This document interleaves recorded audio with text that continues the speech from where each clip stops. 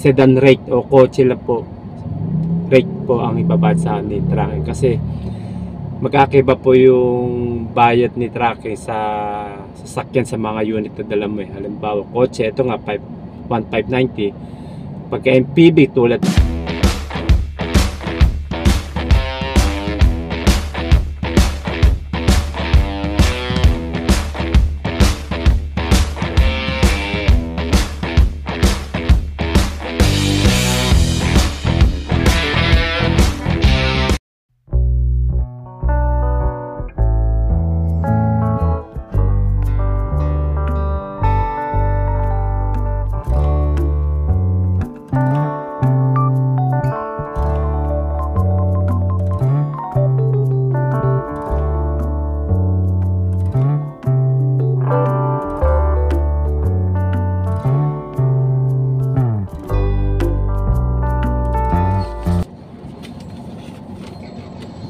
Okay, good morning mga kaibigan, mga kasama.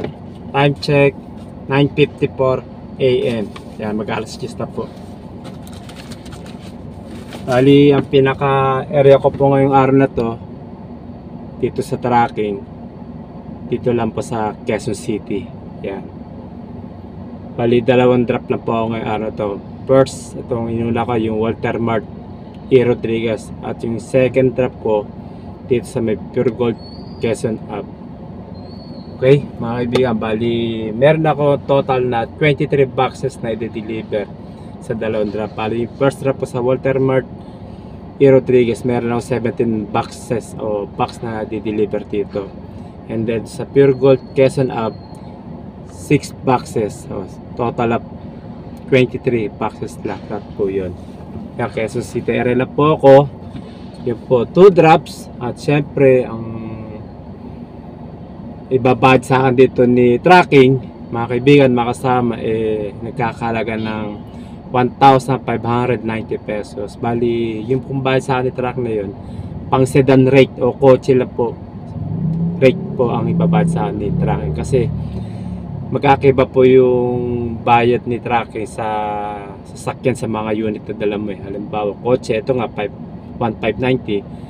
Pagka MPV tulad na Adventure, Avanza, Innova, yung MPV po yun. So iba po bayad po niya, kasi medyo malaki po yun at malaki kargaan o madami.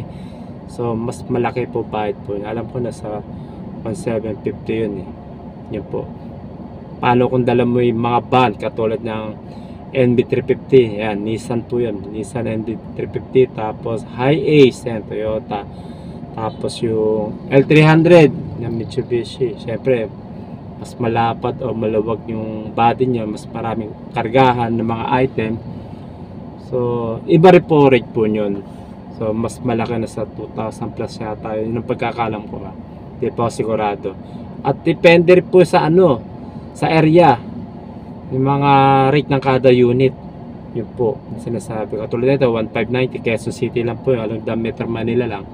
So pag ako napunta sa Parañaque, Valenzuela o Caloocan, medyo mas mataas po doon ang ibabad sa ni tracking. Yung nga sinasabi, magkakaiba po rate pagka iba unit ang dala mo, o depende sa unit, at depende rin sa area na pag-deliveran mo yan. Pagka medyo malayo, syempre mas malaki bayad sa doon. Okay mga kaibigan, yan. Dito syempre mga kaibigan, ang 2 drops, yung nga bali total 23 boxes. First up po rito Walter Mart E. Rodriguez, 17 box po yan ang i-deliver ko rito.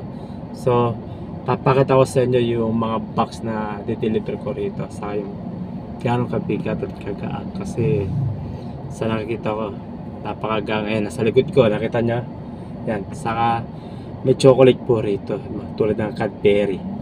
Misa nga Toblerone dala ko rito. Yan, pakita ko sa inyo. Yun, tahunin nyo. Oh, yan po yung ito, tulad nito yung Cadbury po yan. Itahunin nyo. Ito pa. Oh, ang gagala po niya. Ito mga Oreo. Yan po, yan ang item po. Meron din tang. Ayan ang tang ho. Nakita ko ba din yan? Tang ho yan. Okay. At syempre, Sabi ko 17 bucks. So papakita ko sa inyo sa likod sa compartment yung iba.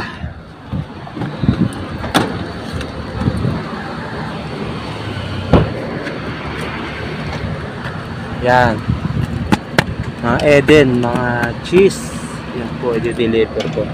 Sama ho yan. May kabigatan din po yan kasi mga cheese po yan, mga keso. Ibigat yan, ayan, solid.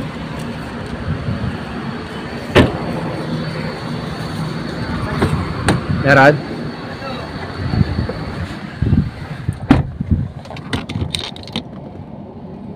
Okay, mga kaibigan, yun po ang total box na di-deliver ko dito sa may Walter Mart na E. Rodriguez po. Okay, ali 2 drops.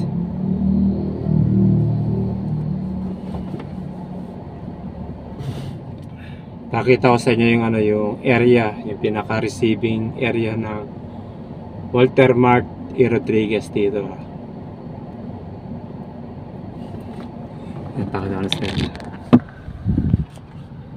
Yan po yung mga meron truck.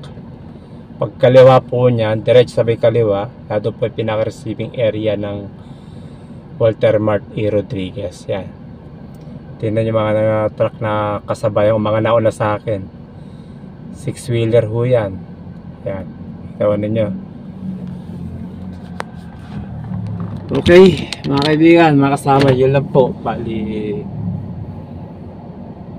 kung meron man nagtatanong sa inyo kung okay pasok ang isang sasakyan sa tracking para kumita, para sa akin okay naman po kitaan dito sa tracking, kasi di naman ako magtatagal dito kung di naman ako kikita ng maganda. Okay, di po ba? So para sa akin maganda at masaya ako dito sa trabaho to, dito sa tracking. Okay, saka meron pa nga time na probinsya ang biyahe, Quezon, Batangas, Laguna, North, parting North, South, Bulacan, ganun. Basta North and South, mga biyahe po niyan. Depende, ibigay sa yung booking ng boss mo kung saan ka area, kung North, yung South, o Metro Manila. So nakakapunta ako sa iba't ibang lugar na hindi ko naman dapat puntahan. Napapadpad ako dahil sa deliver ko dito sa tracking. Okay mga kaibigan, yun lang po. Wala na siguro ang masasabi pa. Ano pa ba? Wala na, yun lang.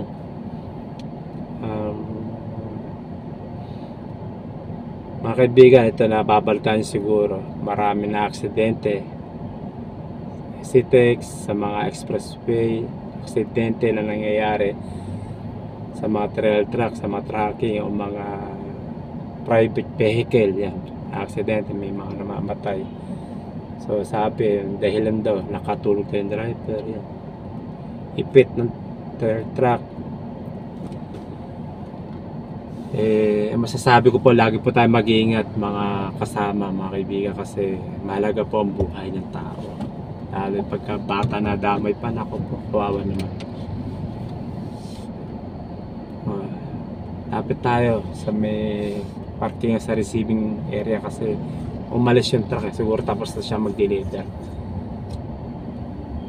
Basta lagi tayo mag-iingat sa ating mga biyahe, mga kasama, mga kaibigan. Pagka inaanto kayo sa pagdadrive, gano'n kayo